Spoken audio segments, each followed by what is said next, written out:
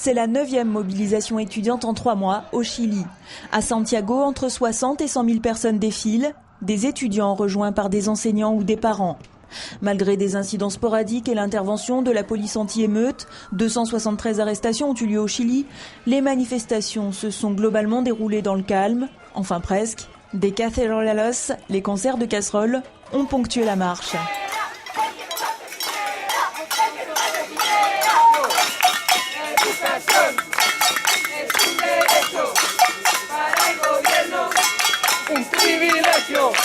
Tous les jeunes qui sont ici, il y en a plein qui sont partis un peu pour les mêmes raisons, quoi.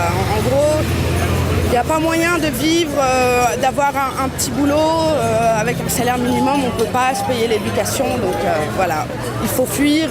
Beaucoup d'étudiants qui vont en Argentine, beaucoup d'étudiants qui vont en Uruguay ou au Brésil aussi, en France, dans plein de pays d'Europe.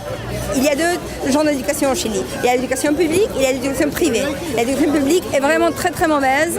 Et là, il arrive les gens les moins favorisés, les gens qui ont moins d'argent, les pauvres. Et les gens qui ont de l'argent, ils peuvent aller dans l'éducation privée. C'est très très cher, mais vraiment très cher. Je te dis, c'est minimum 200 € par mois. Le Chili, c'est le seul pays en Amérique latine qui n'a pas une éducation gratuite. Tous les étudiants doivent s'endetter pour étudier. Le salaire minimum au Chili, c'est 170 000 pesos par mois. Et le salaire moyen, c'est 350 000. Et l'éducation, c'est 250 à 300 000 par mois. Donc, tu dois payer un salaire et demi.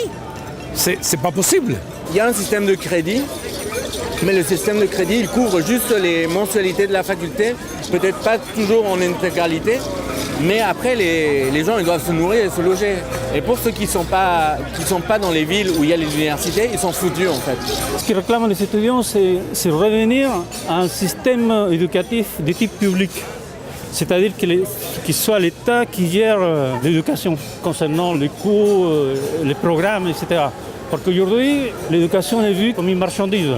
Maintenant, les étudiants ne veulent plus de dialogue parce qu'il y a vraiment un conflit d'intérêts. Donc, les gens qui sont au pouvoir, c'est les mêmes propriétaires des universités. Donc, c'est eux qui veulent légaliser le profit pour finalement pas améliorer l'éducation au Chili, mais en tirer plus d'argent pour eux, quoi.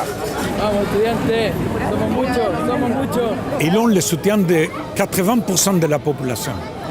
Et tout ça au moment où le gouvernement a, dans tous les sondages, le minimum de soutien, 26%.